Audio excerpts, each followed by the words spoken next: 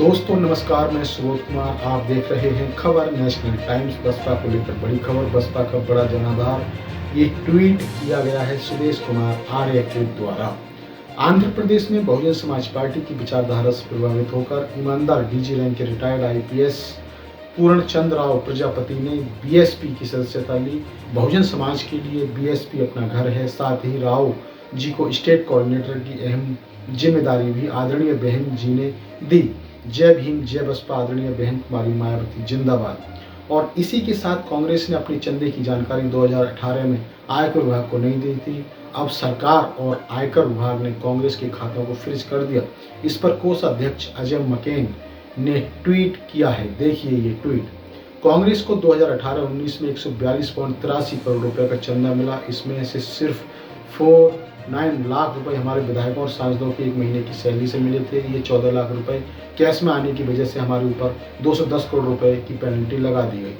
हमें 31 दिसंबर तक अपने खातों की जानकारी आयकर विभाग को देनी थी, लेकिन हमने 2 फरवरी 2019 को दी। ऐसे में सारे पैसे पर यह पेनल्टी लगाई। ऐसा आज तक कभी नहीं हुआ। अब 5 साल बाद सरकार और आयकर विभाग जागा है। अब चुनाव सिर पर है। ये कहाँ का न्याय है?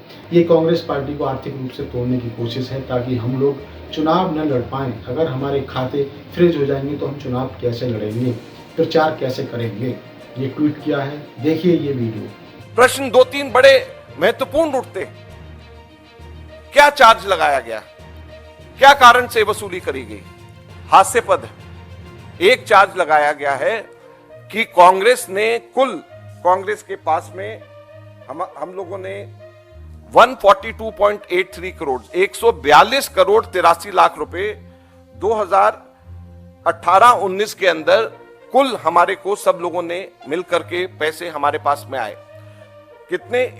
142 करोड़ 83 लाख 142.83 करोड़ 142.83 करोड़ में से सिर्फ 14 लाख 49,000 14.49 लाख सिर्फ हमारे एक्स एमएलएज और एक्स एमपीज ने अपना एक महीने का अपना उन लोगों ने जो उनको मिलता है, मेहताना मिलता है, उस पैसे को उन्होंने दिया, जिसमें वेणुगोपाल जी ने भी उस वक्त 1,08,000 रुपया हमारी मनमोहन सिंह जी की कमेटी के हिसाब से दिया। ऐसे पूरी लिस्ट है कि जिन लोगों ने उस वक्त पैसे अपना एक महीने की तनख्वाह सिर्फ दी।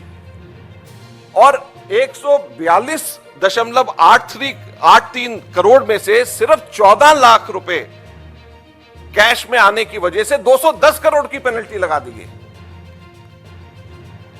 31 दिसंबर तक के हम लोगों को अपने अकाउंट्स देने थे। 31 दिसंबर की जगह 2 फरवरी को अकाउंट दिया गया।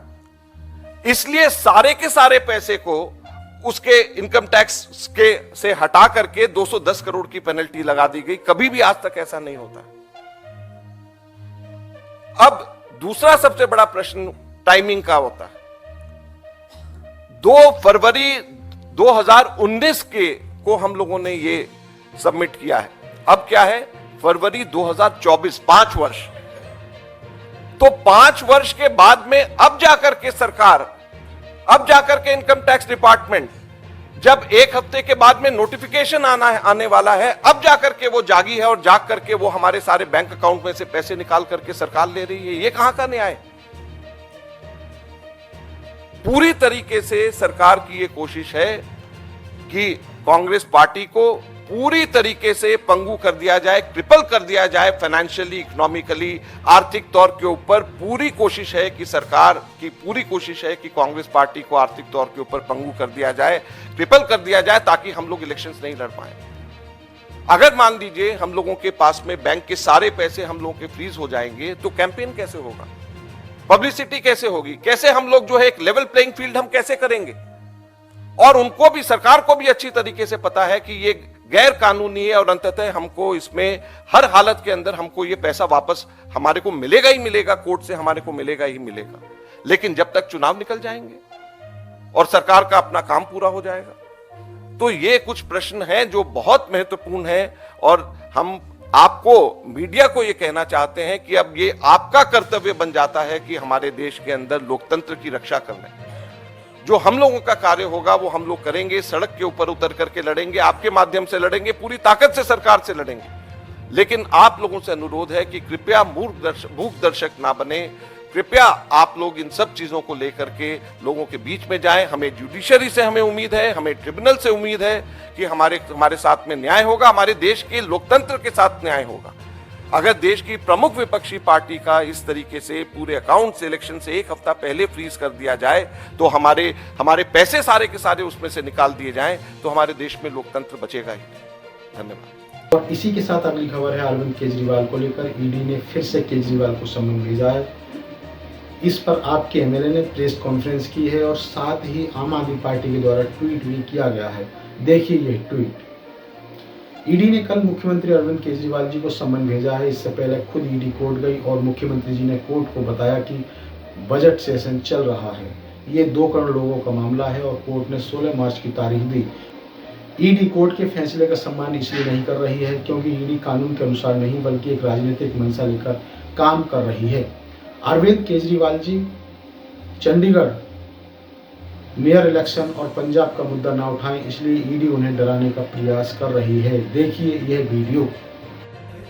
अब तो देश के अंदर हर आदमी ये बात समझ चुका है, हर इंसान ये बात समझ चुका है कि जैसे ही कोई राजनीतिक गतिविधि आम आदमी पार्टी के विषय में होती है, ईडी तुरंत एक सम्मन अरविंद केजरीवाल जी को भेजती है। अभी एक दिन पहले माननीय उच्चतम न्यायालय ने केंद्र सरकार को चंडीगढ़ मेयर चुनाव में देश के सामने आईना दिखाया। उनकी गड़बड़ी देश के सामने कैमरे पे पकड़ी गई और कल रात को अरविंद केजरीवाल जी को ईडी ने फिर से एक सम्मन दे दिया। अब जितनी समझ कानून की मुझे है, ये बात सबके सामने है कि ईडी अपने सम्मन को लेकर कोर्ट गई। भारतीय जनता पार्टी ने खूब हल्ला मचाया कि अब मामला कोर्ट में आ गया, अब कोर्ट कहेगा, अब कोर्ट ये करेगा, अब कोर्ट वो करेगा। कोर्ट में मामला गया, हमने उसका सम्मान किया। बजट सेशन चल रहा है। मैं विधानसभा से ये प्रेस कॉन्फ्रेंस इसीलिए कर रहा हूं क्योंकि बजट सेशन चल रहा है।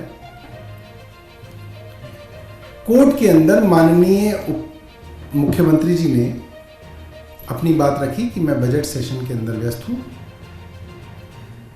और मुझे 16 तारीख तक का समय दिया जाए। और माननीय न्यायालय ने मुख्यमंत्री जी को 16 मार्च तक का समय दिया।